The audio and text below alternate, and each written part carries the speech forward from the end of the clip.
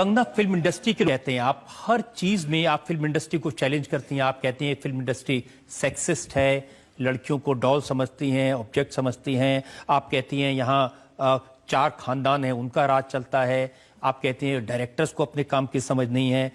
तो पानी में रह के मगरमच्छ से बैर। रजत सर, मैंने जो है बहुत ज़्यादा संघर्ष देखा है और मैंने ये भी चीज़ देखी है कि किसी की मेहनत से और किसी की किस्मत पे किसी का जोर नहीं है। मैं ऐसा नहीं है किसी को बदलना चाहती हूँ कि इंडस्ट्री ऐसे चले, कि लोग ऐसा करें। ऐसा पता नहीं क्यों लोगों को लगता है, लेकिन जो मुझे जो रास्ते में मुझे लगता है कि ये गलत हो रहा है या मेरे साथ गलत, तो मैं सिर्फ उसी के खिलाफ। अब करण जौहर इतने बड़े डायरेक्टर हैं, सब डरते हैं उनसे।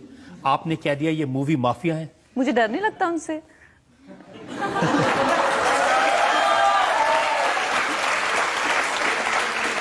उन्होंने कहा क्योंकि मैं कंगना को काम नहीं दे रहा था, इसलिए कंगना ने मुझे मूवी माफिया कह दिया।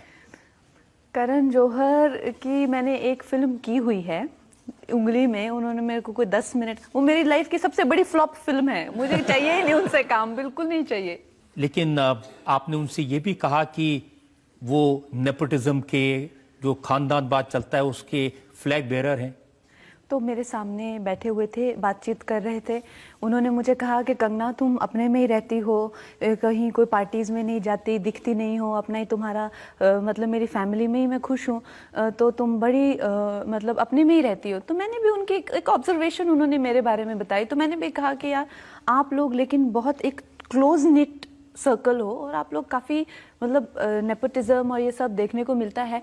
तो मैंने सोचा हम कुछ ऐसे ही आदान प्रदान कर रहे थे विचारों का। वो तो बिल्कुल ही चढ़ गए बाद में, फिर मुझ पे बहुत ज़्यादा गुस्सा हो गए। आपने कह दिया कि ये 4-5 खानदान है जो फिल्म इंडस्ट्री चलाते हैं। तो ये तो बात सच है। देखिए वो लोग कहते हैं जो खानदान वाले बच्चे होते हैं उनको फिल्म इंडस्ट्री को ऑब्जर्व करने का, उनको डिक्शन का, लैंग्वेज का, हॉर्स राइडिंग का, डांस का, ये सब की ट्रेनिंग मिलती है।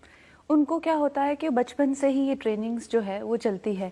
तो जब वो बड़े होते हैं या ऑडिशन देते हैं तो उनके बाल अच्छे बने होते हैं, अच्छा मेकअप उनको आता है, जर्नलिस्ट ऑलरेडी उनके फ्रेंड होते हैं, उनकी पैम्परिंग करते रहते हैं। तो हाँ, जब उनकी पहली फिल्म आती है, मैं अपनी पहली फिल्म में मेरा अगर आप देखें मेकअप, हेयर जो भी है उस हिसाब से, या अगर फिल्म इंडस्ट्री के बच्चों का देखें जिस तरह से उनको बड़े लेवल पर उनका लॉन्च होता है, तो फ़र्क तो बहुत होता है।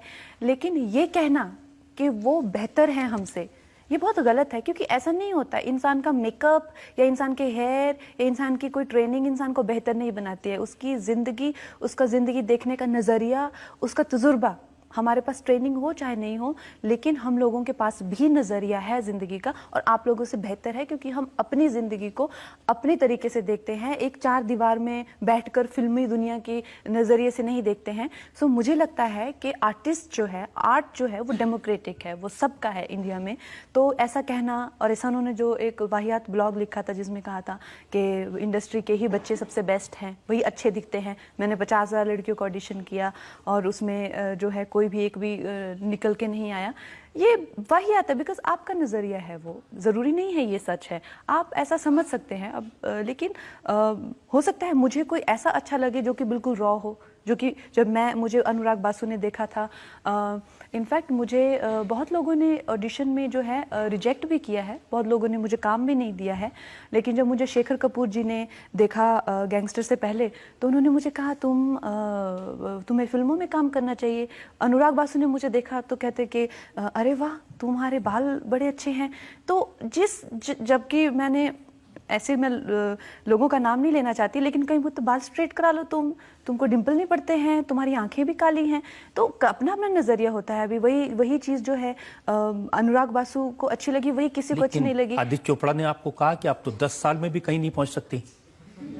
हाँ, उन्होंने रिक्कू जी को कहा था। वो मुझे गैंगस्टर के बाद वो मुझे आदित्य चोपड़ा जी से मिलाने लेके गए थे। तो फिर आदित्य जी ने मुझे अपने ऑफिस बुलाया, उन्होंने मुझे सुल्तान ऑफर की। कहते कि कंगना, बट मुझे सबसे पहले ये बात एडमिट करनी है कि मैं जब तुमको पहली बार मिला तो मैंने तुम्हारे मैनेजर को कहा कि इस लड़की का कुछ नहीं होने वाला, इस पे अपना टाइम वेस्ट मत करो। तो अपना अपना नज़रिया है, लेकिन ये कहना करण जौहर जी का कि इनका कुछ हो ही नहीं सकता, ये गलत है। करण जौहर जी ने तो आपकी अंग्रेजी का भी मजाक उड़ाया था। मेरे अंग्रेजी का तो सारे मजाक उड़ाते हैं, मुझे फर्क नहीं पड़ता। और खानदान की नहीं है, खानदान कैसे होते हैं, वरुण धवन, सैफ अली खान, इन्होंने भी पब्लिकली मजाक उड़ाया था। तो वरुण सैफ तो मेरे दोस्त हैं और उनको मैंने ओपन लेटर भी लिखा था, लेकिन ये आई थिंक ये जो विवाद है ये आइडियोलॉजीज का है, विचारों का है, लोगों का नहीं है। सैफ तो इतने अच्छे मित्र हैं, उनके घर अक्सर आना जाना रहता है और अभी अगली बार मिलेंगे तो शायद एक दूसरे को छेड़ेंगे भी इस बात को लेके, लेकिन ऐसे कोई हम लोगों में किसी तरह का बिटरनेस नहीं है। लेकिन करण जौहर के लिए बारे में तो आप वो तनु वेट्स मनु का डायलॉग मार सकते हैं ना, अभी तो और जलील करना है तुमको।